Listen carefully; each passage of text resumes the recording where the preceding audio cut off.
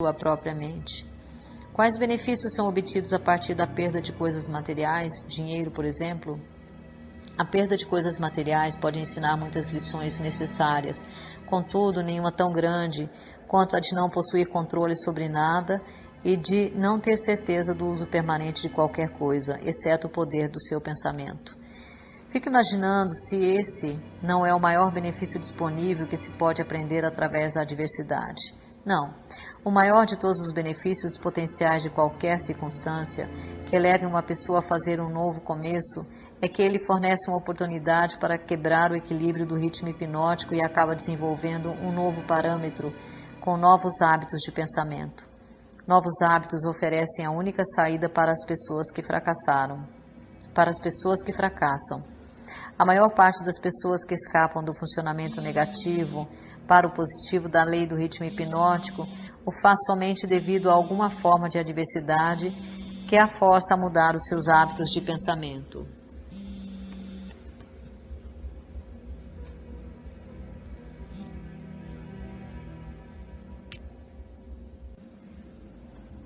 A adversidade não é um agente potencial para quebrar a autoconfiança e, consequentemente, levar uma pessoa a desistir de ter esperança?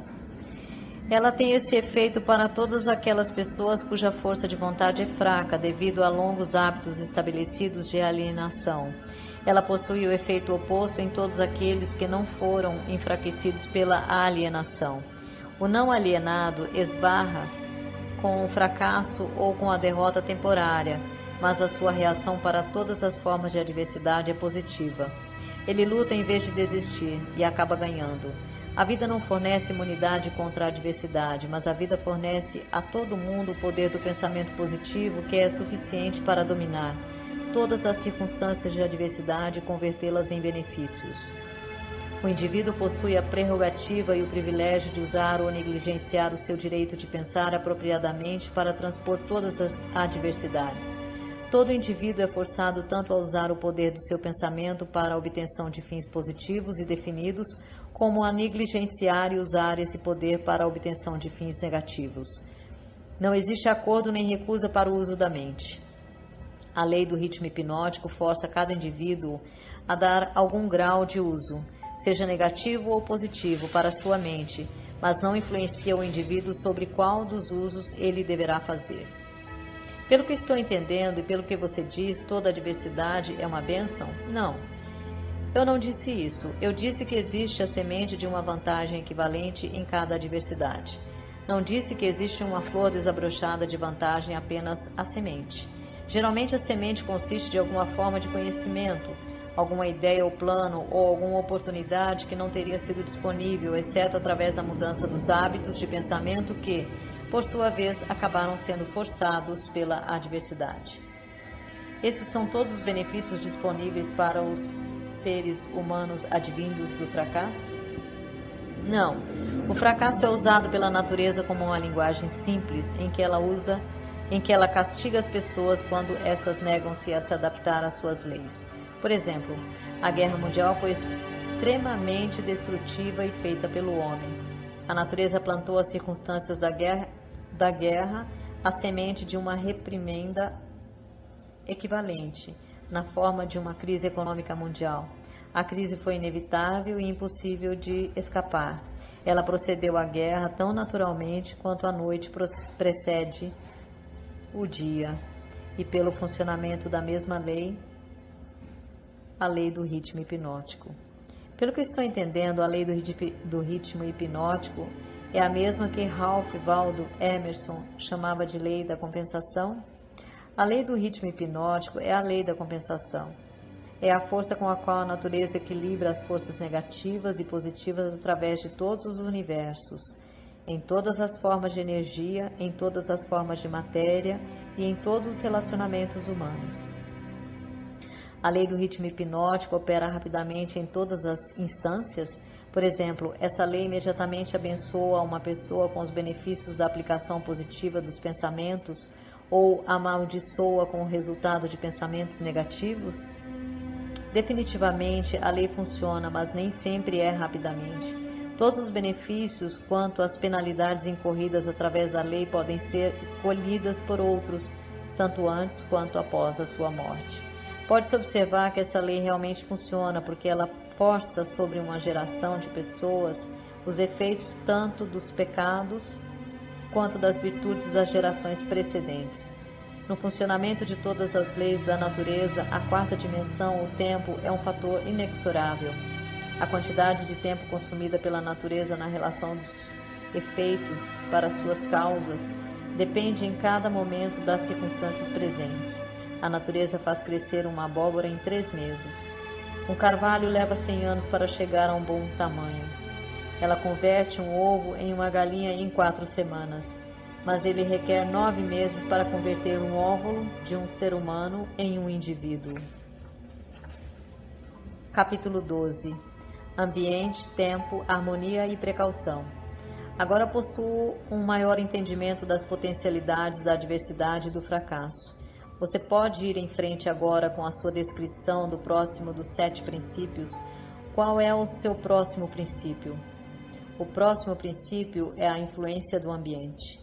Vá em frente e descreva o princípio de como funcionam as influências do meio como fatores determinantes nos destinos humanos.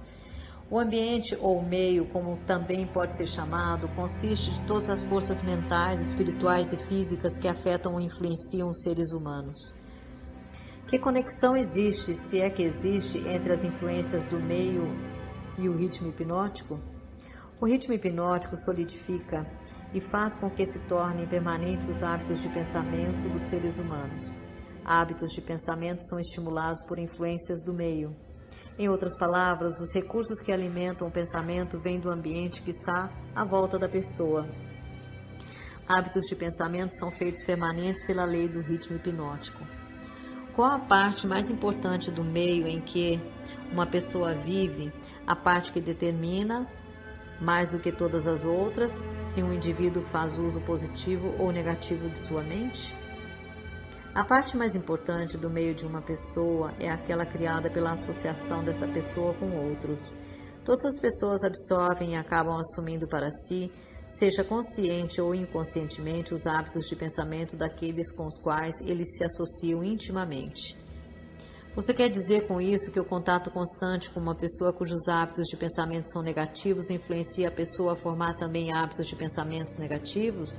Sim, a lei do ritmo hipnótico força cada ser humano a forçar hábitos de pensamento que se harmonizam com as influências dominantes do seu ambiente, principalmente a parte do ambiente criada pela associação com outras mentes. Então é importante que a pessoa selecione com muita cautela aqueles que serão seus associados? Sim. Os associados que se relacionam intimamente com a pessoa devem ser escolhidos com tanto cuidado quanto a pessoa escolhe a comida com a qual ela alimenta o seu corpo, mantendo sempre em mente o objetivo de que ela deve associar-se com pessoas cujos pensamentos dominantes são positivos, amigáveis e harmoniosos. Que classe de associados tem a maior influência sobre uma pessoa? Os associados que mais exercem influência sobre uma pessoa são o parceiro no casamento, que por sua vez compartilha a casa, e os associados nas ocupações profissionais. Após isso vêm os amigos íntimos e os conhecidos. Amigos casuais e estranhos exercem pouca influência sobre a pessoa. Por que o parceiro no casamento possui tanta influência sobre a mente de uma pessoa?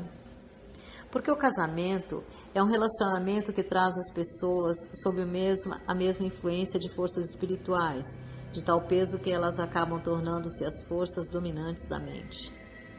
Como podem as influências ambientais serem usadas para quebrar o equilíbrio do ritmo hipnótico? Todas as influências que estabelecem hábitos de pensamento acabam tornando-se permanentes através do ritmo hipnótico. Uma pessoa pode modificar as influências do seu ambiente de tal forma que as influências podem ser positivas ou negativas, e a lei do ritmo hipnótico as tornará permanentes, a menos que elas sejam modificadas através dos hábitos do pensamento. Para colocar essa verdade de outra forma, uma pessoa pode submeter-se a qualquer influência do meio que ela deseje, seja positiva ou negativa, e a lei do ritmo hipnótico fará com que essa influência torne-se permanente quando essa pessoa assumir a magnitude desse hábito de pensamento.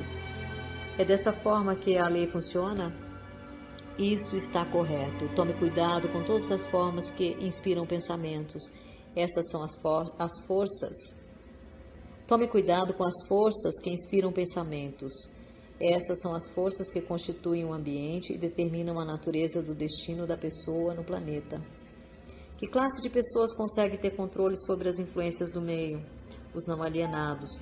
Todos aqueles que são vítimas do hábito da alienação perdem a sua força para escolher o seu próprio ambiente. Eles tornam-se vítimas de cada influência negativa do seu meio. Existe alguma saída para o alienado? Existe algum método pelo qual ele possa submeter-se às influências de um ambiente positivo? Sim, há uma saída para os alienados. Eles podem parar de alienar-se, assumir o controle de suas próprias mentes e escolher um ambiente que inspire pensamentos positivos. Isso eles conseguem obter através da definição de propósito. Isso é tudo o que há para eliminar o hábito da alienação? Esse hábito é apenas um estado da mente? Alienar-se nada mais é do que um estado negativo da mente, um estado de mente conhecido pela ausência total de propósito. Qual o procedimento mais efetivo que uma pessoa pode conseguir para estabelecer um ambiente que seja útil para desenvolver e manter hábitos de pensamentos positivos?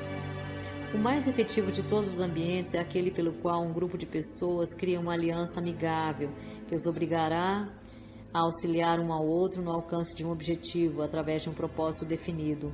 Esse tipo de aliança é conhecida como mastermind. O mastermind consiste da associação de indivíduos cuidadosamente escolhidos, cada qual enriquecendo essa aliança com algum conhecimento, experiência, educação, plano ou ideia, especialmente habilitados para fazer com que o objetivo de cada um seja atingido através de um propósito definido. Os líderes mais bem-sucedidos em todos os momentos da vida buscam o auxílio desse tipo de influência do meio, feito especialmente para servi-los. Realizações fantásticas são impossíveis sem a cooperação amigável de outros. Para colocar a verdade de outra forma, pessoas bem-sucedidas devem controlar o seu ambiente, garantindo assim manter total controle contra as influências das forças negativas do meio. A responsabilidade que as pessoas possuem com seus parentes faz com que seja impossível para elas evitar a influência de um ambiente negativo. Nenhum ser humano deve a outro ser humano qualquer grau de responsabilidade que possa roubar o seu privilégio de construir os seus hábitos de pensamento em um meio positivo. Por outro lado, cada ser humano tem o dever de remover do seu ambiente toda e qualquer influência que possa remotamente desenvolver hábitos de pensamentos negativos. Essa não seria considerada uma filosofia de sangue frio? Somente os fortes sobrevivem. Ninguém consegue ser forte sem remover toda e qualquer influência negativa de si mesmo, que possa de alguma maneira desenvolver hábitos de pensamentos negativos. Hábitos de pensamentos negativos resultam na perda do privilégio da autodeterminação, independente do que ou quem possa causar esses hábitos. Hábitos de pensamentos positivos podem ser controlados pelo indivíduo e devem ser feitos para servi-lo, na busca por seus propósitos e metas. Hábitos de pensamento negativo controlam o indivíduo e o privam do privilégio da autodeterminação. Deduzo, baseado em tudo o que você disse, que todos aqueles que controlam as influências do meio pelo qual os seus hábitos de pensamento são construídos são mestres de seus destinos no planeta e que todos os outros são dominados por seus destinos terrenos. Estou colocando essa afirmação de forma correta? Perfeitamente. O que estabelece os hábitos de pensamento de uma pessoa? Todos os hábitos são estabelecidos devido a desejos ou motivos inerentes ou adquiridos. Quais sejam os hábitos, são os resultados de alguma forma de desejo definido. O que ocorre com o cérebro físico enquanto uma pessoa está formando hábitos de pensamento? Os desejos são impulsos de energia organizados, chamados de pensamentos. Desejos que são mesclados com sentimentos e emoções magnetizam as células cerebrais nas quais eles estão armazenados e preparam essas células para que sejam assumidas e direcionadas pela lei do ritmo hipnótico. Quando qualquer pensamento aparece no cérebro ou é criado lá e é misturado com os sentimentos puros da emoção do desejo, a lei do ritmo hipnótico começa a agir, de uma vez por todas. Começa a traduzir isso no seu equivalente físico. Pensamentos dominantes, que por sua vez agem inicialmente pela lei do ritmo hipnótico, são aqueles que estão mesclados com os desejos mais profundos e com os mais intensos sentimentos envolvidos. Hábitos de pensamento são estabelecidos pela repetição dos mesmos pensamentos. Quais são os motivos ou desejos que mais impelem e inspiram a ação do pensamento?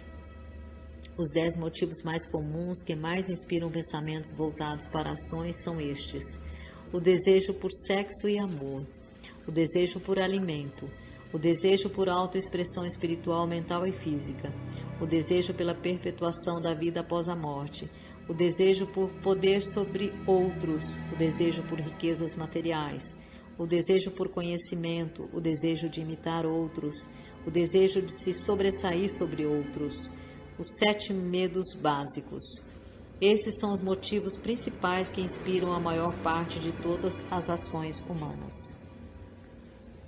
E os desejos negativos, tais como a ganância, a inveja, a avareza, o ciúme e o rancor, esses sentimentos negativos não são expressados mais frequentemente do que qualquer um dos sentimentos positivos?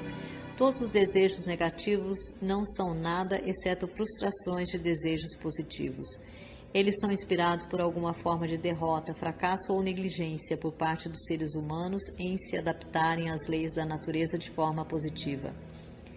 Esse é um novo ponto de vista nessa questão dos pensamentos negativos. Se estou entendendo o que você disse, todos os pensamentos negativos são inspirados pela negligência ou fracasso de uma pessoa em se adaptar harmoniosamente às leis da natureza. Isso está correto?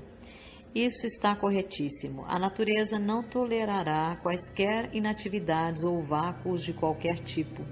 Todo o espaço deve ser, e na verdade é preenchido com alguma coisa.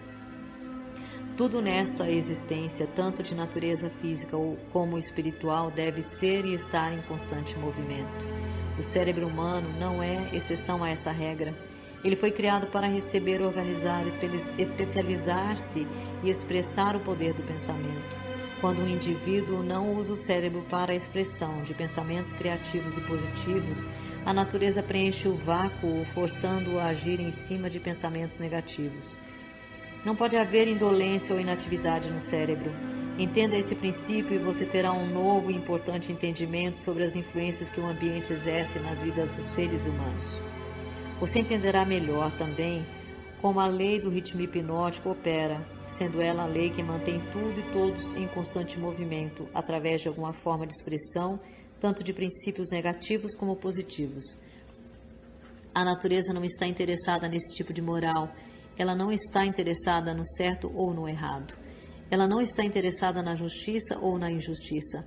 O seu interesse é unicamente de forçar tudo a expressar a ação de acordo com a sua natureza. Essa é uma interpretação muito reveladora da forma como a natureza se comporta. A quem devo solicitar corroboração das suas afirmações? Aos homens de ciências, aos filósofos, a todos os pensadores deste mundo. Por último, às manifestações físicas da própria natureza.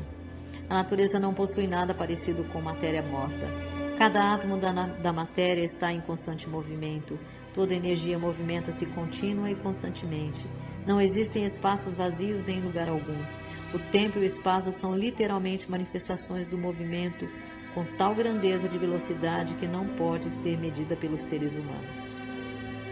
Por tudo que você está dizendo, uma pessoa é forçada a concluir que as fontes de conhecimento são chocantemente limitadas. As fontes desenvolvidas de conhecimento são limitadas. Todo o cérebro de um adulto normal é um portal em potencial para todo o conhecimento que existe através dos universos. Todo o cérebro de um adulto normal possui dentro do seu mecanismo a possibilidade de se comunicar diretamente com a inteligência infinita, a fonte de onde provém todo o conhecimento que existiu, existe e existirá. A sua afirmação me leva a crer que todos os seres humanos podem tornar-se aquilo que chama de Deus. É isso que você quer dizer? Através da lei da evolução, o cérebro humano está sendo aperfeiçoado para comunicar-se automaticamente com a inteligência infinita. A perfeição virá através do desenvolvimento organizado do cérebro, através de sua adaptação às leis da natureza. O tempo é o fator que trará a perfeição. O que causa ciclos de eventos recorrentes tais como epidemias de doenças, crises econômicas, guerras e ondas de crimes? Todas as epidemias nas quais um grande número de pessoas é afetado de maneira similar são causadas pela lei do ritmo hipnótico, através da qual a natureza consolidada pensamentos de natureza similar. Faz com que esses pensamentos sejam expressados através de uma ação em massa. Então, a grande crise econômica foi colocada em ação devido ao grande número de pessoas que foram influenciadas a liberarem pensamentos de medo. Isso está correto? Perfeitamente. Milhões de pessoas estavam agindo para conseguir alguma coisa em troca de nada, através da aposta no mercado financeiro. Quando elas de repente descobriram que tinham conseguido nada por alguma coisa, elas se aterrorizaram, correram para os seus bancos e retiraram seus dinheiros. E o pânico estava instalado através do pensamento em massa de milhões de mentes, todos pensando em termos de medo e da pobreza.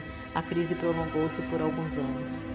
Pelo que você está dizendo, deduzo que a natureza consolida os pensamentos dominantes das pessoas e os expressa através de alguma forma de ação em massa, tais como crises econômicas, momentos de euforia nos negócios e assim por diante. Isso está correto? Você está com a ideia certa. Vamos agora para o próximo dos 7 princípios. Vá em frente e o descreva. O próximo princípio é o tempo, a 4ª dimensão. Qual a relação que existe entre o tempo e o funcionamento da lei do ritmo hipnótico?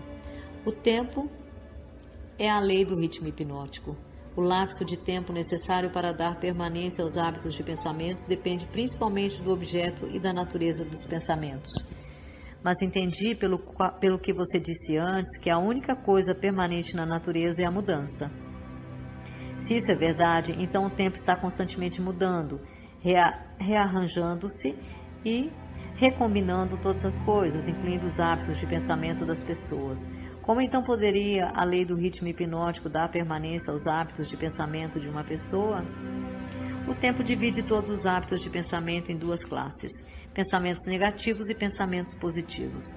Os pensamentos de um indivíduo estão constantemente modificando-se e sendo recombinados para se adequarem aos desejos desse indivíduo, mas os pensamentos não mudam do positivo para o negativo ou vice-versa, exceto através do esforço voluntário por parte do indivíduo. O tempo penaliza o indivíduo por todos os pensamentos negativos e o recompensa por todos os pensamentos positivos, de acordo com a natureza e o propósito dos pensamentos.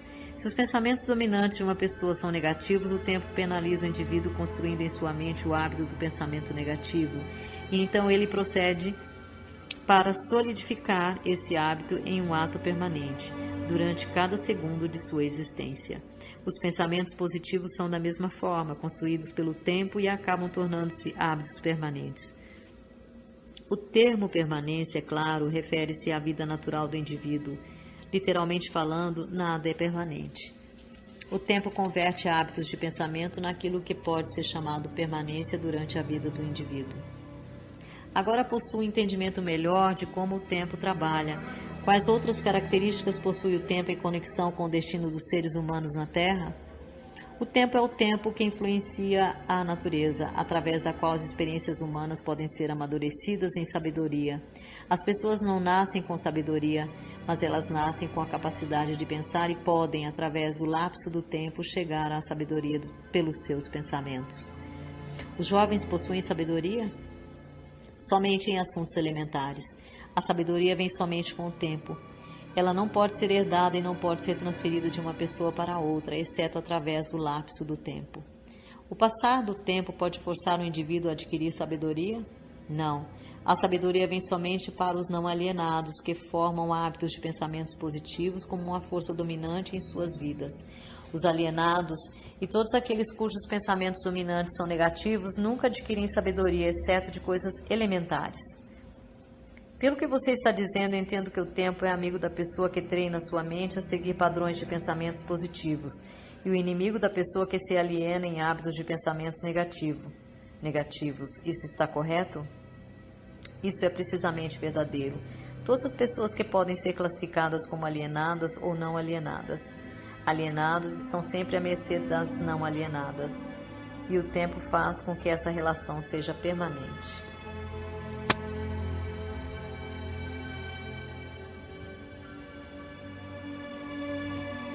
Você quer dizer que, se eu me alienar ao longo da minha vida sem propósito ou objetivo definido, o não alienado pode tornar-se meu mestre e o tempo serve somente para dar ao não alienado uma vantagem mais forte e mais permanente sobre mim? Corretamente. O que é sabedoria? A sabedoria é a habilidade de relacionar-se com as leis da natureza de tal forma que elas possam servir a você e a habilidade de relacionar-se com outras pessoas de tal forma que você possa ganhar a cooperação harmoniosa e consciente dessas pessoas para ajudarem você a conseguir qualquer coisa que queira da vida.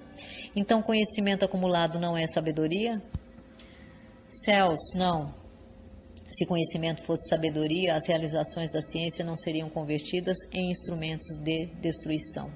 O que é necessário para converter conhecimento em sabedoria? Tempo mais o desejo por sabedoria.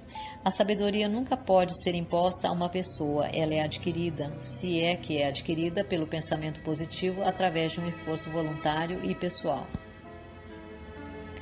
É seguro para todas as pessoas ter conhecimento? Nunca é seguro para qualquer pessoa ter um conhecimento extensivo sem sabedoria. Em que idade a maioria das pessoas começa a adquirir sabedoria? A maioria das pessoas que adquire sabedoria o faz após ter passado a idade dos 40 anos.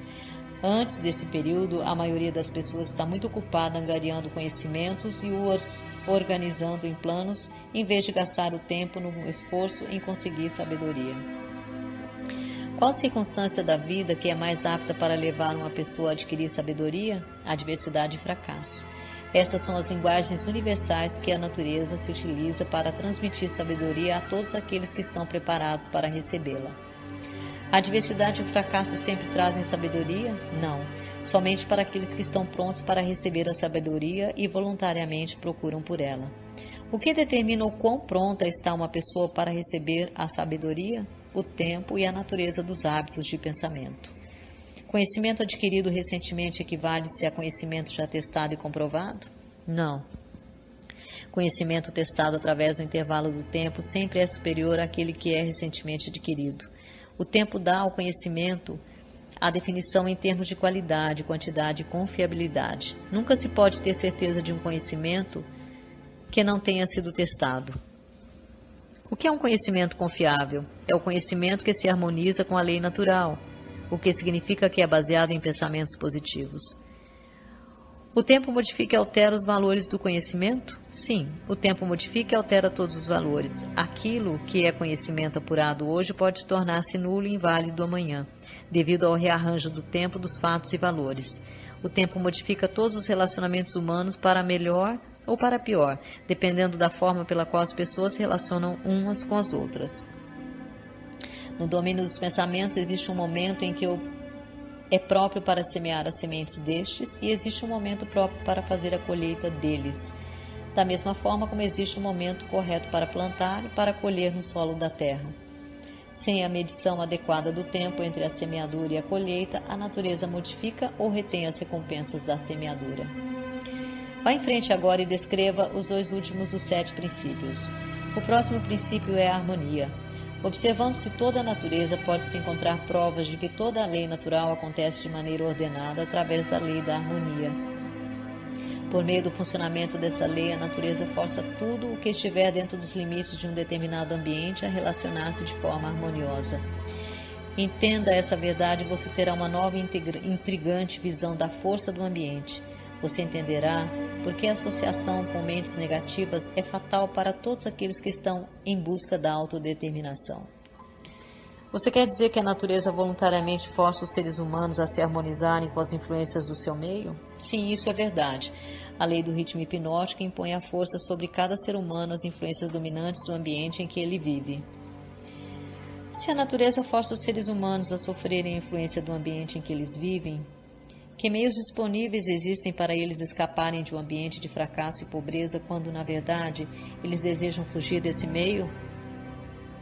Eles devem mudar imediatamente desse ambiente ou permanecerão orientados e envoltos pela pobreza.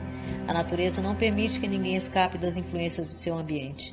Contudo, a natureza, em sua abundante sabedoria, dá a cada ser humano o privilégio de estabelecer o seu próprio ambiente mental, espiritual e físico. Entretanto, uma vez que ele tenha escolhido o seu ambiente, invariavelmente ele acabará se tornando parte dele. Esse é o funcionamento inexorável da lei da harmonia. Em uma associação com fins comerciais, por exemplo, quem estabelece a influência dominante que determina o ritmo do ambiente? O indivíduo ou os indivíduos que pensam e agem com definição de propósito. É simples assim? Sim, a definição de propósito é o ponto de partida pelo qual o indivíduo deve estabelecer o seu próprio ambiente. Acho que não consegui acompanhar bem o seu raciocínio. O mundo inteiro está dividido pela guerra e pelas crises econômicas e ainda outras formas de crises e rixas que podem representar qualquer coisa exceto a harmonia. A natureza não parece estar forçando as pessoas a se harmonizarem uns com os outros. Como você explica essa inconsistência? Não há inconsistência. As influências dominantes do mundo são, como você diz, negativas. Muito bem. A natureza está forçando os seres humanos a se harmonizarem com as influências dominantes do ambiente do mundo. Manifestações de harmonia podem ser tanto positivas quanto negativas. Por exemplo, um grupo de homens em uma prisão pode, e eles geralmente pensam e agem de maneira negativa. Mas a natureza faz com que a influência dominante da televisão seja impressa em cada indivíduo que está presente nela. Um grupo de pessoas orientadas para a pobreza e que vivem em apartamentos podem lutar contra si mesmo e aparentemente resistir a todas as formas de harmonias, mas a natureza faz com que cada um torne-se uma parte da influência dominante da casa em que eles vivem. A harmonia da forma como o seu significado está sendo utilizado aqui quer dizer que a natureza interrelaciona todas as coisas que são similares através de todos os universos. As influências negativas são forçadas a associarem-se umas com as outras, não importando onde elas possam estar. As influências positivas são, tanto quanto as negativas, definitivamente forçadas a se associarem umas com as outras. Estou começando a entender por que os líderes de negócios bem-sucedidos são tão cuidadosos na escolha de seus associados. Homens bem-sucedidos em quaisquer ramos geralmente estabelecem o seu próprio ambiente cercando-se de pessoas que pensam e agem em termos de sucesso. Essa é a ideia? Essa é exatamente a ideia. Observe com atenção que a única forma que os homens bem-sucedidos exigem é que a harmonia impere entre os seus associados. Outra característica de pessoas bem-sucedidas é que elas se movimentam com definição de propósito e insistem para que os seus associados façam o mesmo. Entenda essas duas verdades e você entenderá a diferença que existe entre um Henry Ford e um trabalhador comum. Agora me fale sobre o último dos 7 princípios. O último princípio é a cautela. Próximo ao hábito de alienar-se, a característica humana mais perigosa é a falta de cautela. As pessoas alienam-se em todos os tipos de circunstâncias danosas devido ao fato de que elas não exercem a cautela, planejando os movimentos que fazem. O alienado sempre se move com a ausência de cautela. Ele age primeiro e pensa depois, se é que ele pensa. Ele não escolhe seus amigos. Ele aliena-se e permite que pessoas se liguem a ele nos seus próprios termos. Ele não escolhe uma ocupação. Ele aliena-se na escola e fica satisfeito quando consegue o primeiro emprego e lhe garante apenas alimentação, e agasalho. Ele convida as pessoas a enganá-lo nos negócios pelo fato de não se informar das regras do negócio. Ele convida a doença, negligenciando informar-se das regras para ter saúde perfeita. Ele convida a pobreza para negligenciar, proteger-se contra as influências do ambiente daqueles que são orientados para a pobreza. Ele convida o fracasso em cada passo que ele dá ao negligenciar o exercício da cautela para observar o que faz com que as pessoas fracassem. Ele convida o medo em todas as suas formas pela sua falta de cautela em examinar as causas do medo. Ele fracassa no casamento porque ele negligencia usar a cautela na escolha de sua parceira. E ele ainda usa menos cautela nos seus métodos de relacionar-se com ela após o casamento. Ele perde os seus amigos ou os converte em inimigos devido à sua falta de cautela em relacionar-se com eles de maneira adequada. A cautela está faltando para todas as pessoas? Não, somente para aquelas pessoas que adquiriram o hábito da alienação. O não alienado sempre age com cautela. Ele cuidadosamente pensa em todos os passos dos seus planos antes de começá-los. Ele abre precedentes para as fragilidades humanas dos seus associados e planeja antecipadamente como resolvê-los. Se ele enviar um mensageiro em uma missão importante, ele manda alguma outra pessoa para ter certeza de que o mensageiro cumpriu a sua missão. Então ele verifica ambos para ter certeza de que os seus desejos foram cuidadosamente cumpridos. Ele cuida de todos os detalhes, mesmo daqueles que parecem sem importância, e utiliza a cautela como meio de garantir o seu sucesso. A cautela excessiva não é tão prejudicial quanto a falta de cautela? O que você chama de cautela excessiva, na verdade, é uma expressão do medo. Medo e cautela são duas coisas totalmente diferentes. As pessoas não se enganam confundindo o medo por cautela excessiva? Sim. Isso algumas vezes acontece, mas a maioria das pessoas criam para si mesmas muito mais desastres e situações danosas para suas vidas pela total falta do hábito da cautela do que pelo excesso desta. Qual a forma mais vantajosa de se utilizar a cautela? Na seleção dos seus associados e nos métodos de relacionar-se com estes. A razão para isso é óbvia. Os associados constituem a parte mais importante do ambiente de uma pessoa. E as influências do ambiente determinam se a pessoa forma o hábito de alienar-se ou se ela se torna um não alienado. A pessoa que exercita a cautela na escolha de seus associados nunca se permite estar intimamente associada com qualquer pessoa que não traga para ela, através da associação, alguma forma definida de benefício mental, espiritual ou econômico. Esse método de escolher associados não seria egoísta? É um método sensível e que leva para a autodeterminação. É o desejo de qualquer pessoa normal encontrar sucesso material e felicidade. Nada contribui mais para o sucesso e a felicidade de uma pessoa do que a escolha cuidadosa de seus associados. A cautela na seleção dos associados torna-se por isso a missão de toda pessoa que queira tornar-se feliz e bem-sucedida.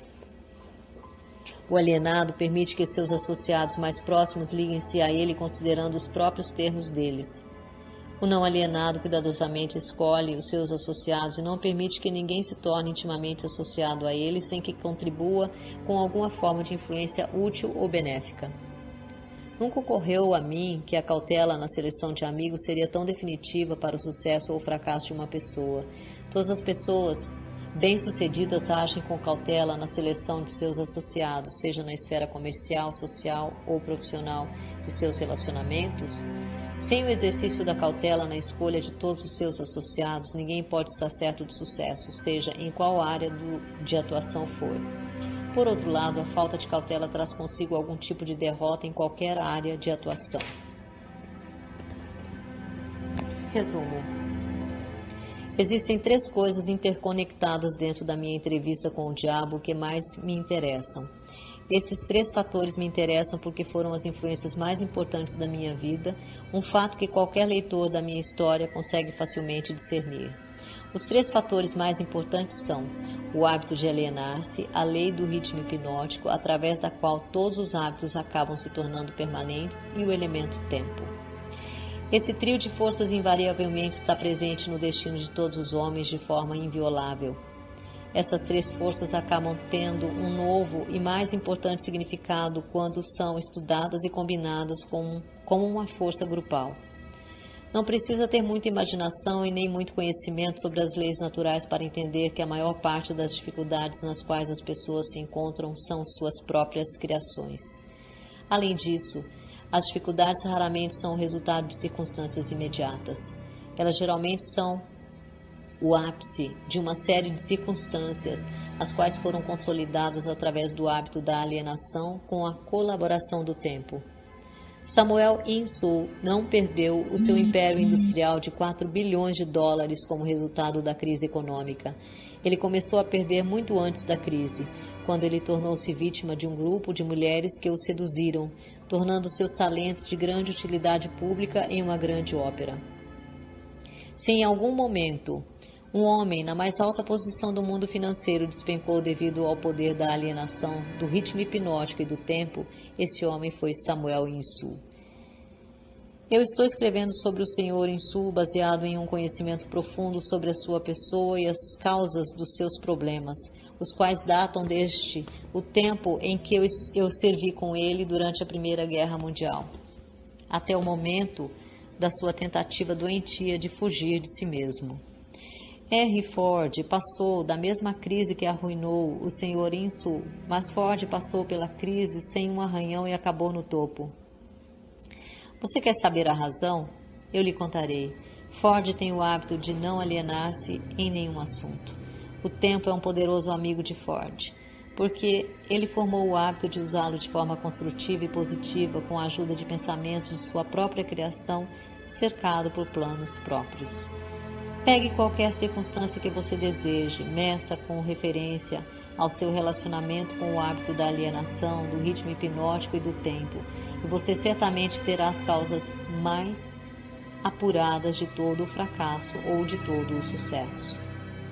Franklin Roosevelt assumiu o seu gabinete com um estrondo durante o seu primeiro mandato.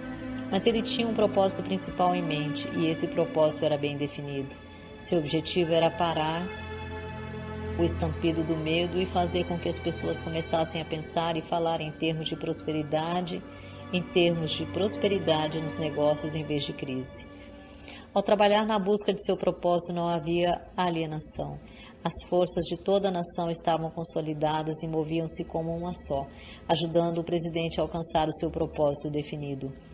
Pela primeira vez na história da América, os jornais de todas as inclinações políticas, as igrejas de todas as denominações, as pessoas de todas as raças e cores e as organizações políticas de todos os partidos uniram-se formando uma força estupenda com o único objetivo de ajudar o presidente a restaurar a fé e as relações comerciais no país.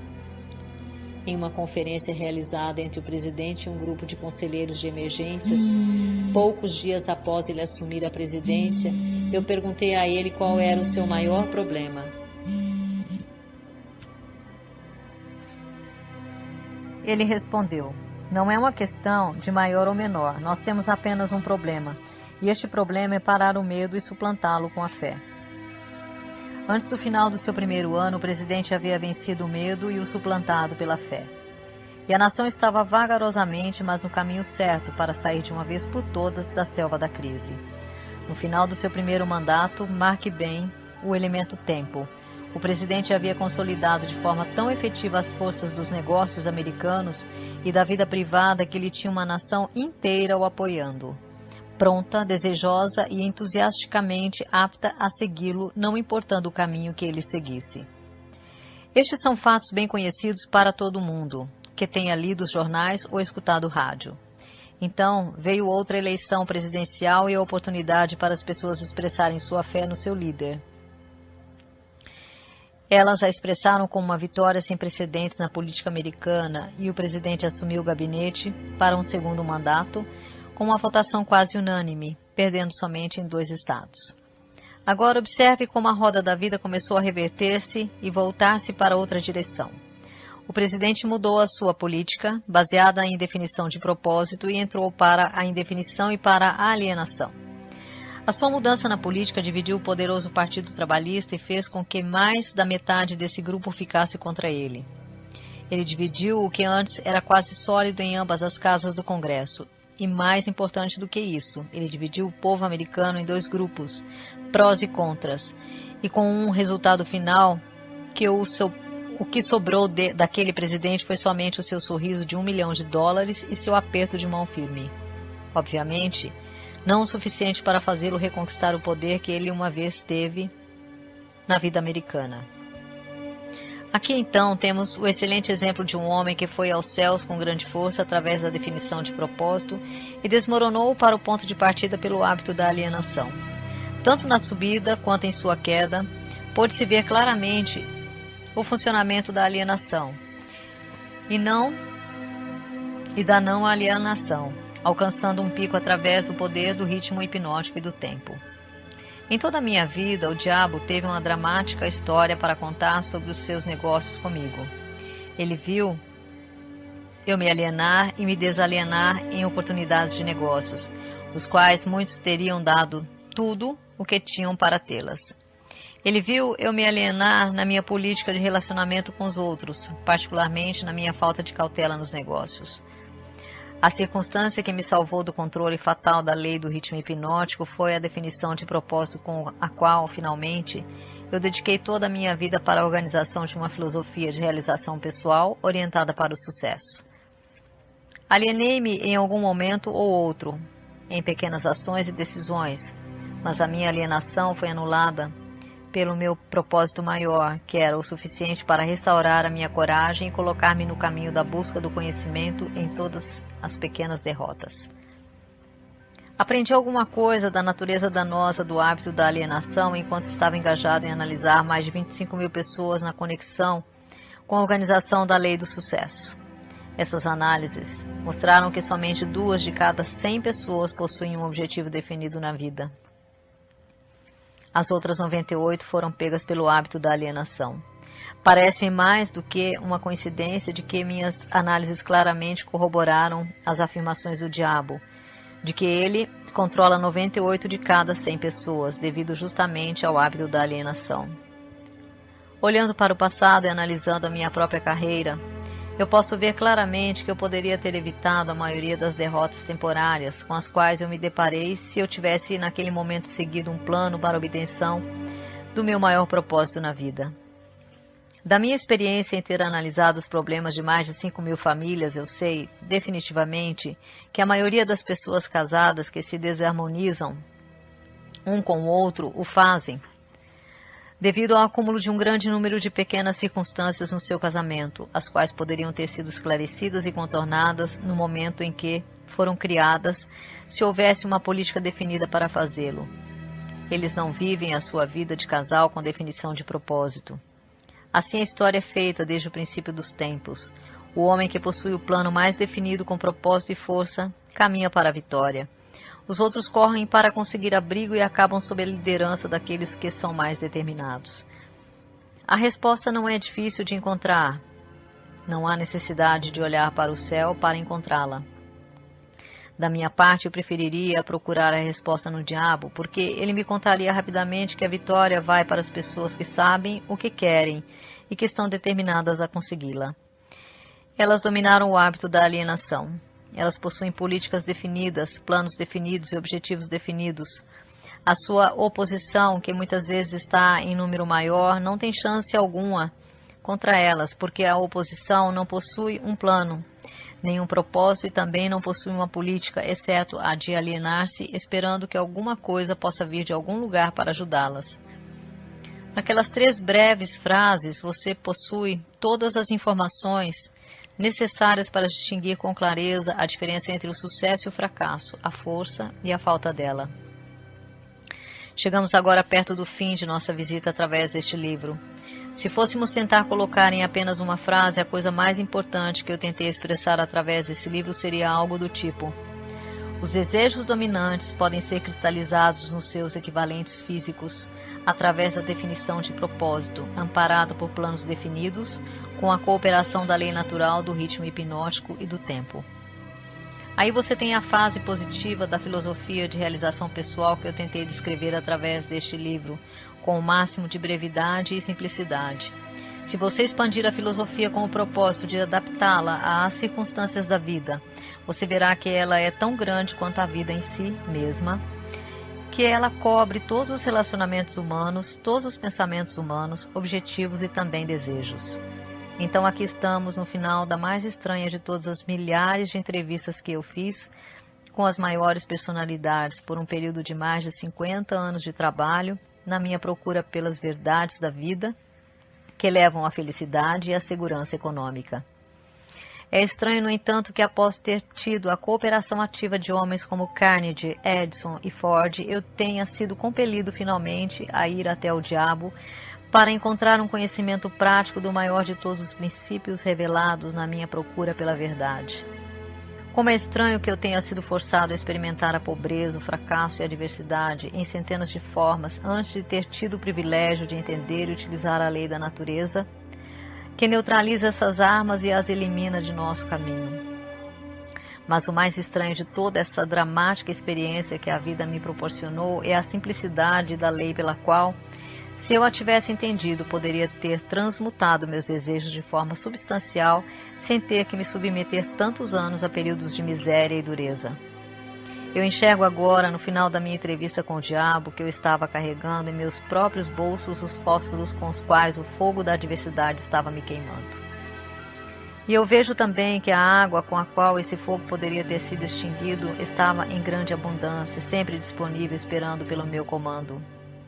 Eu procurei pela pedra filosofal, com a qual o fracasso pode ser convertido em sucesso somente para aprender que tanto o sucesso quanto o fracasso são resultados das forças evolucionárias do nosso dia a dia, através do qual os pensamentos dominantes são costurados ponto a ponto e transformados nas coisas que queremos.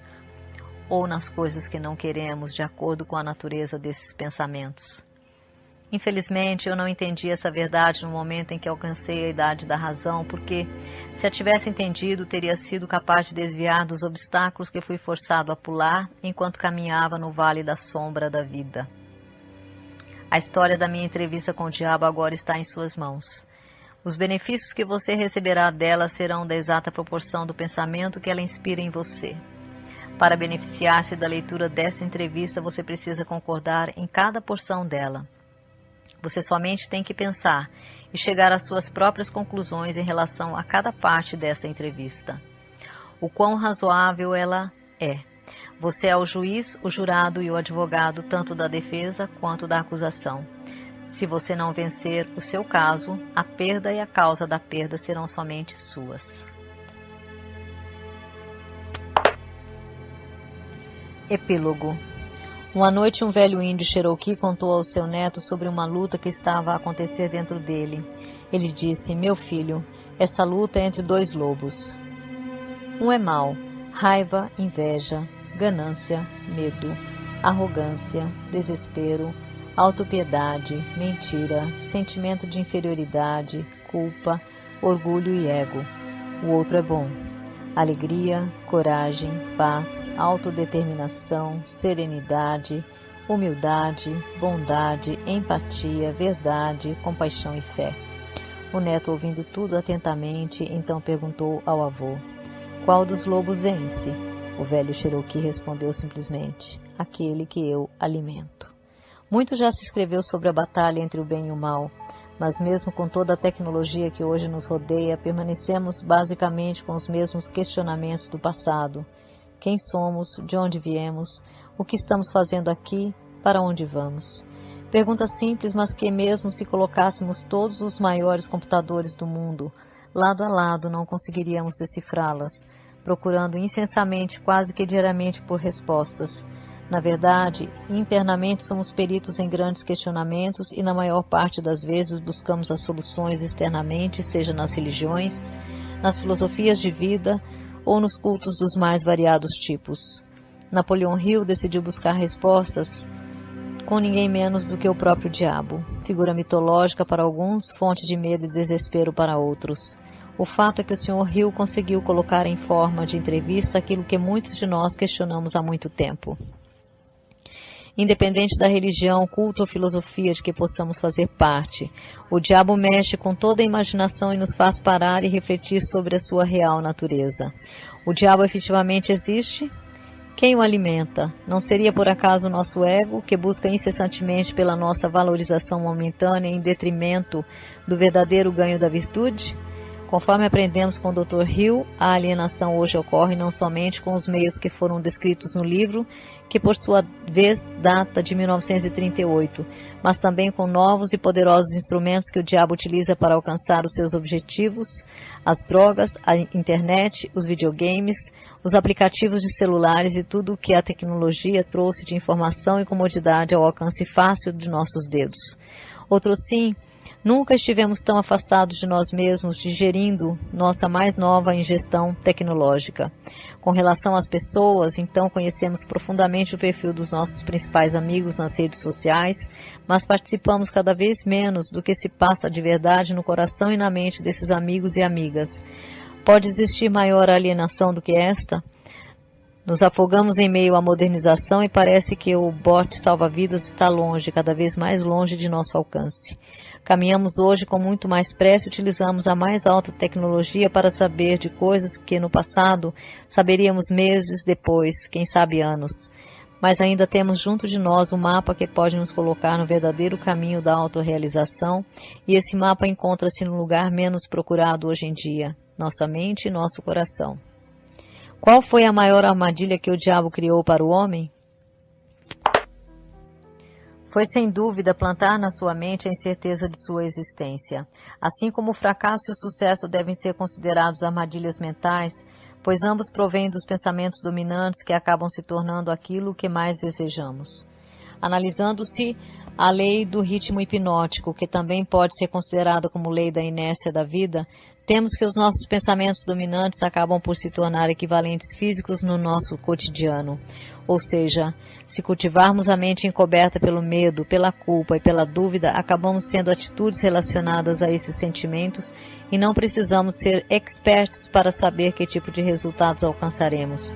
Ao passo que, se cultivarmos a mente preenchida com pensamentos de fé, coragem, gratidão e alegria, com certeza chegaremos aos resultados a que aspiramos. O desafio é como conseguir isso. Parece fácil manter a mente positiva, mas o dia a dia nos mostra o quanto de nossa atenção permanece focada em coisas que na verdade não correspondem à estratégia principal do nosso sonho. Os problemas que aparecem em nossas vidas tomam boa parte de nosso tempo e acabam por fazer com que desviemos nossa atenção para aquém de nossa meta principal. Aprendemos que devemos planejar e, quando estiver tudo planejado, devemos planejar mais ainda. Entretanto, isso nos leva à concretização de nossas metas? Ou seria mais inteligente estabelecermos um objetivo principal e aproveitarmos todas as oportunidades que aparecem em nosso caminho? Já dizia Zoroastro, conhece-te a ti mesmo e conhecerás a Deus e a todo o universo. O verdadeiro sentido da vida que vem sendo buscado pelos maçons, Rosacrucis, Illuminati e demais ordens e religiões de todo o universo, certamente não está impresso em nenhum livro, mas aqueles que tiverem a coragem de vencer os seus medos e se arriscarem na aventura da busca pessoal, provavelmente encontrarão a verdade, e ela por certo estará mais perto do que jamais imaginaram. Seja qual for o mapa utilizado para encontrar o caminho, a Bíblia, a Torá, o Alcorão, os Vedas, ou todos os demais livros sagrados das religiões, não podemos esquecer nunca que eles são somente o mapa e não o território, e que a mensagem é muito mais importante que o fato histórico. A mensagem contém em si mesma a sua própria verdade. Entretanto, ela somente passa a ter real existência se for praticada e se servir para fazer com que todos os homens e mulheres deste mundo possam viver o pleno sucesso. Que, por sua vez, não se trata de acumulação de riquezas materiais, mas sim do tributo à alegria, à simplicidade e à tão desejada paz de espírito. Este livro foi um presente deixado pelo Dr. Napoleon Hill ao mundo. Ficou 73 anos escondido por motivos não tão bem esclarecidos, mas o fato é que a mensagem é viva e cabe a cada um de nós interpretar baseado em nossas próprias experiências de vida. Quando perguntaram a Napoleon Hill se a entrevista havia sido efetivamente feita com a presença do diabo, ele respondeu: após a leitura do livro, cabe a cada um tirar as suas próprias conclusões. Mais ouro já foi extraído dos pensamentos dos homens e mulheres deste mundo do que em todas as minas existentes em todos os tempos no planeta Terra. Faça a sua parte, faça deste livro seu livro de cabeceira e dê um exemplar de presente àquela pessoa que você mais estima. Que assim seja, sinceramente e fraternalmente. M. Conte Júnior.